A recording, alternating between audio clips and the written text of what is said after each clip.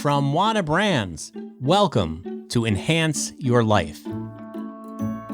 I'm your host, Jonathan Small, and each week I talk to people from all sorts of professions and backgrounds about how cannabis has enhanced their lives and how this healing plant can enrich your life too. Hi, everybody. Welcome to the Enhance Your Life podcast. My name is Jonathan Small, and I'm your host. And my very special guest today is known as the Mother Teresa for pot prisoners. Quite a title. Beth Curtis is the founder of Life for Pot, and the purpose of her organization is to find nonviolent marijuana prisoners who have been sentenced to life without parole, and then to advocate for their immediate release.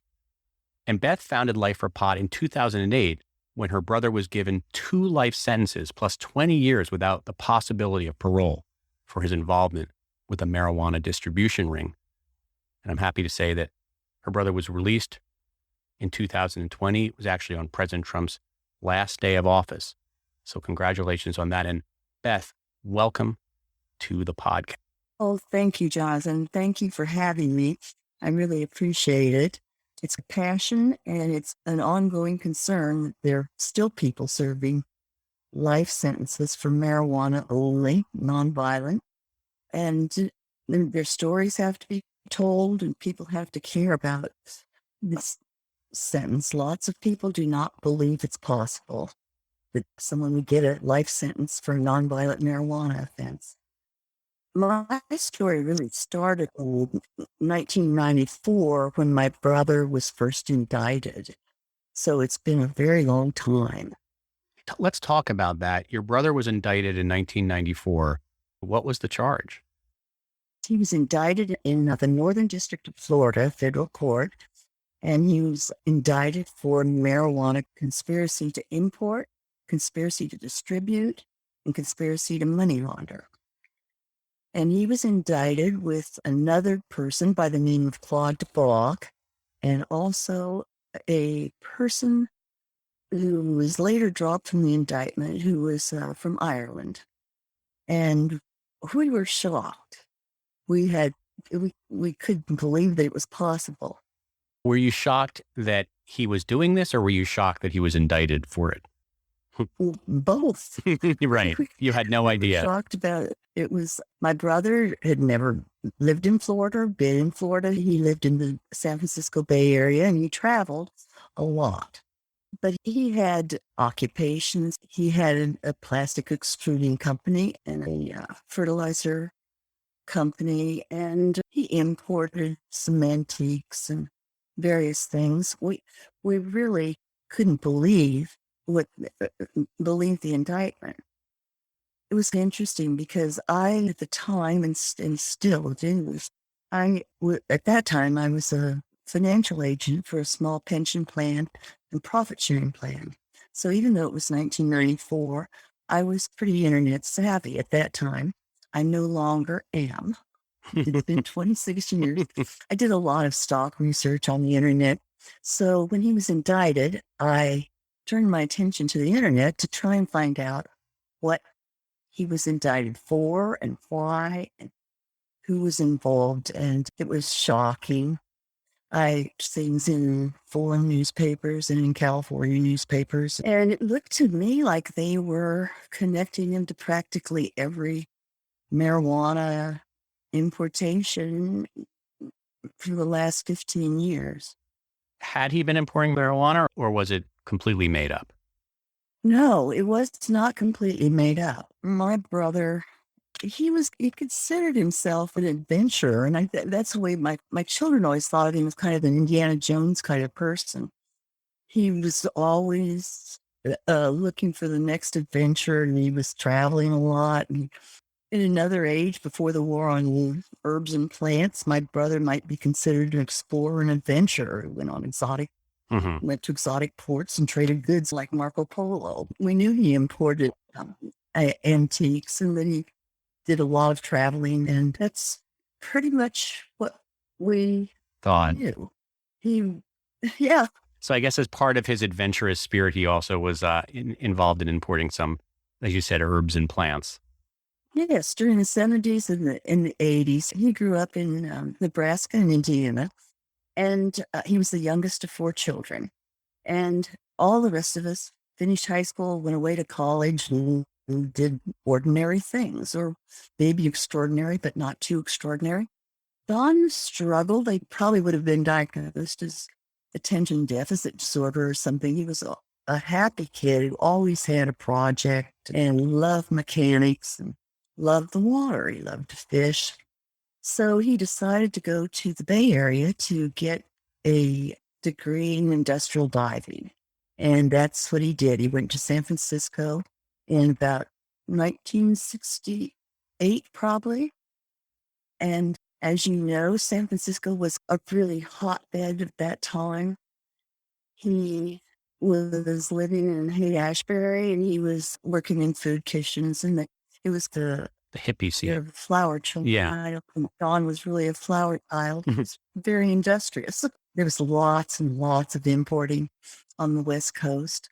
John, he thought of it as like a pickup basketball game. He said there wasn't a person in charge. It was kind of like people knew people who had certain expertise, like they had boats or they had trucks or something. And it was each import into the West Coast involved lots of people and lots of people from different groups. It wasn't one conspiracy. So it seemed like he really got singled out and as a result received a really disproportionate sentence for what he actually did. As I researched it before his trial, even, he wasn't tried until the year 2000. So from 1994 to 2000, I was looking to see what in the world a trial would look like and how he would be prosecuted. And I found tons of marijuana kingpins from the West Coast who were described by the DEA and by prosecutors as the world's largest marijuana importer, etc.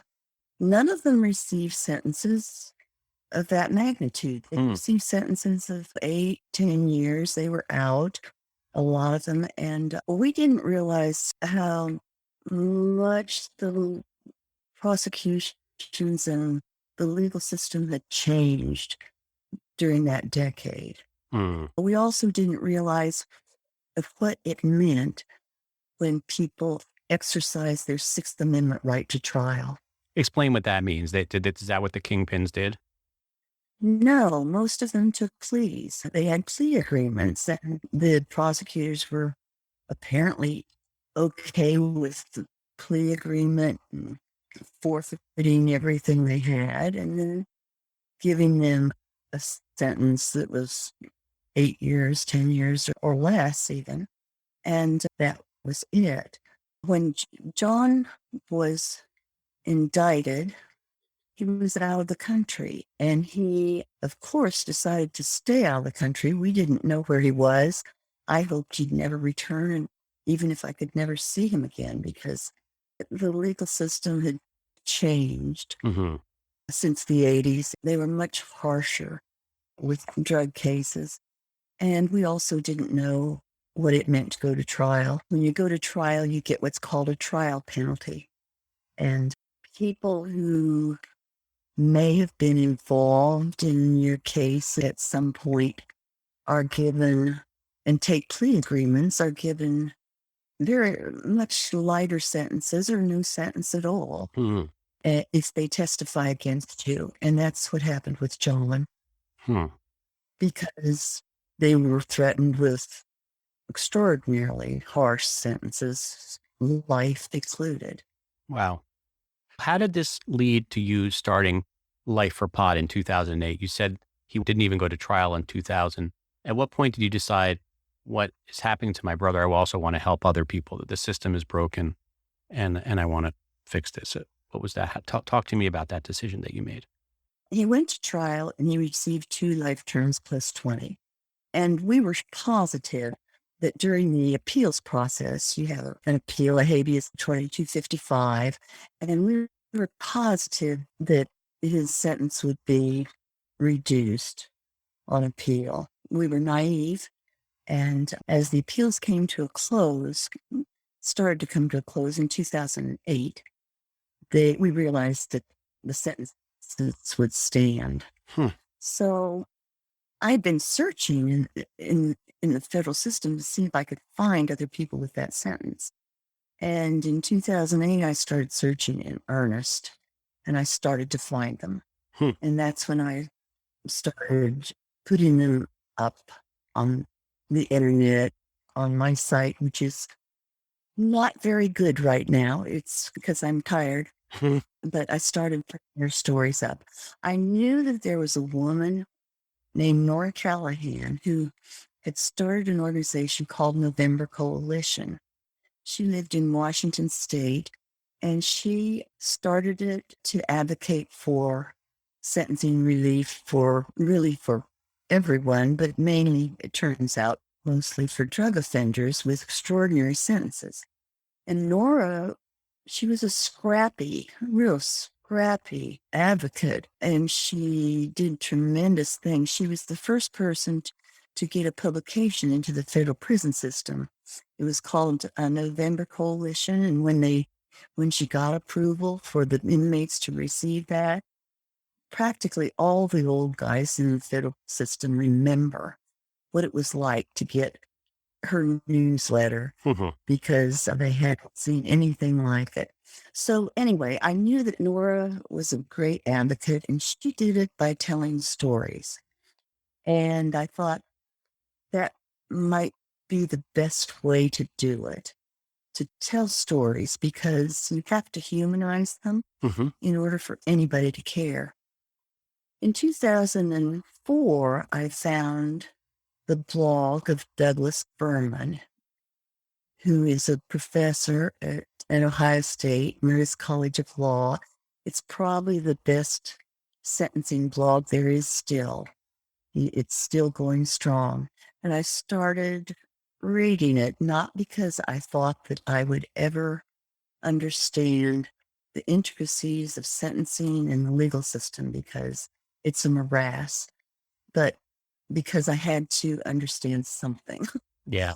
And it was a tremendous help to me, and still is. He's remarkable.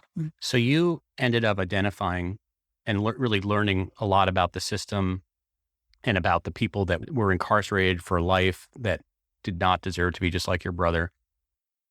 Let's first talk about your brother. You were able to get him pardoned. Tell me a little about that process. How did that happen? It was very difficult.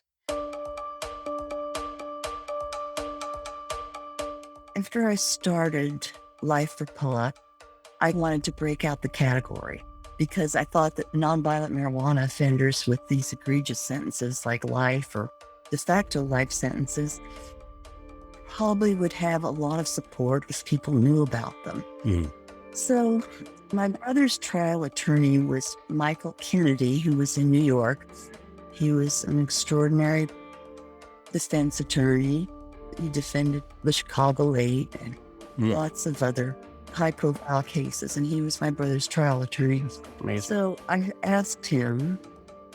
nagged him and asking him to do a concept clemency petition for 5 nonviolent marijuana offenders with life sentences who were over the age of 60. Then I had to find them and get their permission, et cetera, which I did. And in 2011, he and David Harland, who was his associate, and Chris Simmett from High Times, submitted a group petition for clemency to Obama and the Justice Department. Of course, it was denied quickly by the Justice Department within probably 24 hours. But as far as I was concerned, that was enough. It broke out the category. It was a document that showed why and how people got that sentence and who they were. And I liked it. Even if it was not successful as a group petition, as a concept for that category, I thought it was great in breaking it out. So even though he didn't get clemency or pardons, or the people in that document didn't get clemency or pardons from Obama, you kept on through Trump's term, I guess. They did not get clemency from the law, but that petition and the concept of nonviolent marijuana offenders gained a lot of support. Actually, all 5 of the people on that petition who had life sentences were over the age of 16, nonviolent marijuana only. My brother was the last of the 5 to get out. Getting clemency is like being struck by lightning. It's it's such a very small percent of people get clemency who apply. And it's a tragedy. I would like to have nonviolent marijuana offenders, all of them, be considered for clemency. I think they should. That was the first thing that happened. And then I was invited to 2 White House briefings during the Obama administration. I made contact with every sentencing reform group that I could possibly contact and told the stories. And You had success with other prisoners? oh, yes, all 5 of those on the original petition were out and are out now. And probably about 25 at least that I've advocated for have received sentencing relief through clemency or through compassionate release. When the Trump administration supported the First Step Act, that was a sentencing reform act, and it was passed. And that really decreased the federal prison population by thousands and thousands of people. I was disappointed in it for one reason. It gave the crack cocaine disparity was addressed in that legislation. They mentioned women, disadvantaged communities, people of color, juveniles, but they would not break out the category of marijuana offenders. I do not know why. It's very difficult for a lot of sentencing advocates to talk about nonviolent marijuana offenders. I think because they think they hold us. I really don't understand why, because it's a category that screams for attention. And if marijuana was taken off the Controlled Substance Act and was no longer illegal, there would be about 500,000 fewer arrests for pot. It's an easy hassle for law enforcement, for lots of people that are just, that they want to search and interview, etc. The category of marijuana offenses, I wish that it would be part of the dialogue on a federal level with sentencing advocacy groups, but it isn't right now. The best thing that's happened is, the best and the worst thing is, the best thing is the rise of legalization state by state, although even though people think that it's legal in their state, it has not changed. The legality of marijuana has not changed one bit federally. Marijuana is still in the Controlled Substance Act as a Schedule I drug, meaning that it's designated as more dangerous than fentanyl and OxyContin. Unbelievable. It's unfathomable that isn't being addressed. And so I started reaching out to the cannabis industry, telling them about the stories. I don't get a lot of feedback, but truthfully, to me, there can't be integrity in the criminal justice system or in the cannabis industry as long as there are people serving these kind of sentences for the same product. Agree. You talk about stories, the importance of storytelling, and how that really made it much more human for people.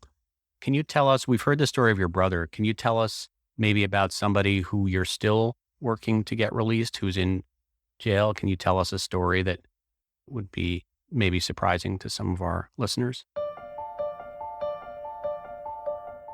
There's a man named Hector Ruben,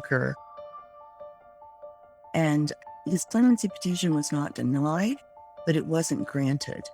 And he's a nonviolent marijuana offender.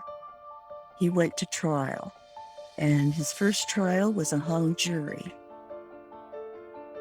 The second trial, they found another witness, which is an interesting way to change the outcome. It was somebody they apparently didn't know about or had not made a plea agreement with yet. And so with the second trial, Hector was found guilty and given a life sentence.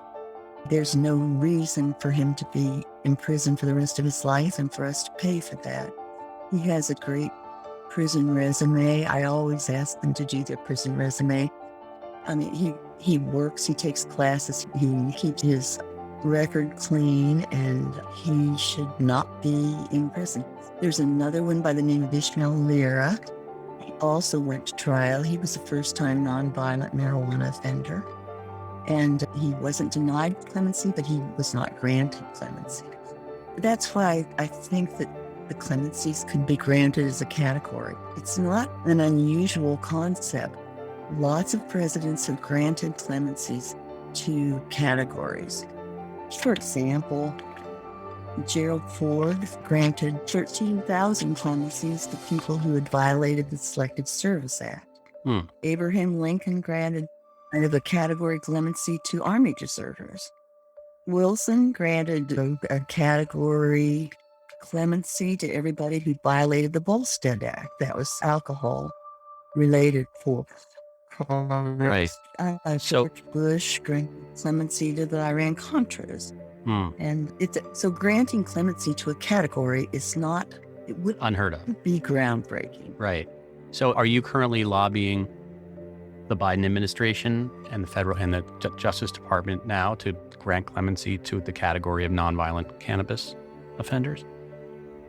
Yes, as much as I can.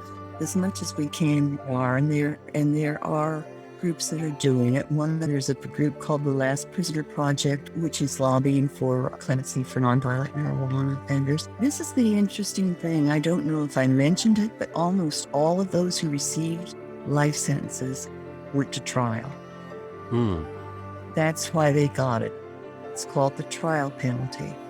And if you go to trial, only 3% of people who are prosecuted exercise their Sixth Amendment right to trial. But almost all of the nonviolent marijuana offenders with life sentences did exercise their Sixth Amendment right to trial. And it assures that you'll get the maximum sentence available. Something screwed up there. So what is your relationship like now with your brother? I mean, what was it like the day that he was a free man for you? Was it just all those years that you had worked on his behalf? It must have been pretty extraordinary. It's pretty extraordinary.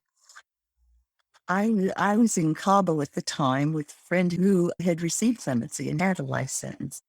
And I knew that I had at least 10 or 12 of the people that I'd advocated for years for clemency were on the desk. And I was pretty sure that they had lots of support from lots of different people. They had support and it was bipartisan support. There was support from right-wing organizations and from left-wing for these individuals. I knew they were on the table, and I knew they might, the last day, there was still a chance. I stayed up as late as I could with a very weak internet connection.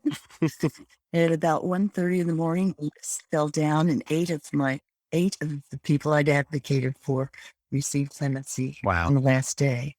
It was like magic. Are you going to continue now that your brother is out? This is obviously an issue that you have a lot of passion beyond just having a personal attachment to. It seems like it's something that's very important to you. It is, because I have personal relationships with so many of them. Because in order to tell stories, you have to know them. And for a lot of them, I had to talk them into letting me profile them many years ago. And I got to know them very well. And so it's hard to stop. However, I will be 80 next month. Wow. And I don't believe, it sounds arrogant to say, but you have to look out for yourself too. I have to get people to be as passionate about us as I am, and I think there are people who will do that. That's great. I'm in touch with a lot of them. Do you think the Life for Pot will continue on even if you're not at the head of it? I don't know if it'll be in the same form, but it's there. And lots of people now have the message and are advocating for it. Right. And so I have some hope about that. Well, if people are listening and they want to help, what should they do? What's the best way to help? You mentioned some organizations like Last Prisoner Project. There's Life for Pot. What's the best way to get involved and help here? These people were put in prison and given these sentences because of our legal system and because there are laws that make it possible for them to have it. So you need to start with your representatives and senators, and you need to also talk to the White House about clemencies. And it's political. You can get a lot of support by sharing stories, but in order to have results, there has to be legislation or executive clemency. That's the only way that they will be released and get sentencing relief. Otherwise, they will die in a cage. And it's a sickening thing to think that we're doing that with citizens, nonviolent citizens, because of cannabis. Well, those are very powerful words, and you're a wonderful messenger. And I wish you all the best and best of luck with your future endeavors. And thank you so much for fighting the good fight. Thank you, Jonathan. I really enjoyed talking with you and talking to your audience. Thank you, Beth, so much for doing the interview. Enhance Your Life is brought to you by Wana, the #1 infused product in North America. Wana's entire process is designed to deliver the same great experience time after time. They have spent years fine-tuning their recipes so that their products are delicious, consistent, and potent. For more information, head on over to wanabrands.com. That's Wana, W-A-N-A, brands.com.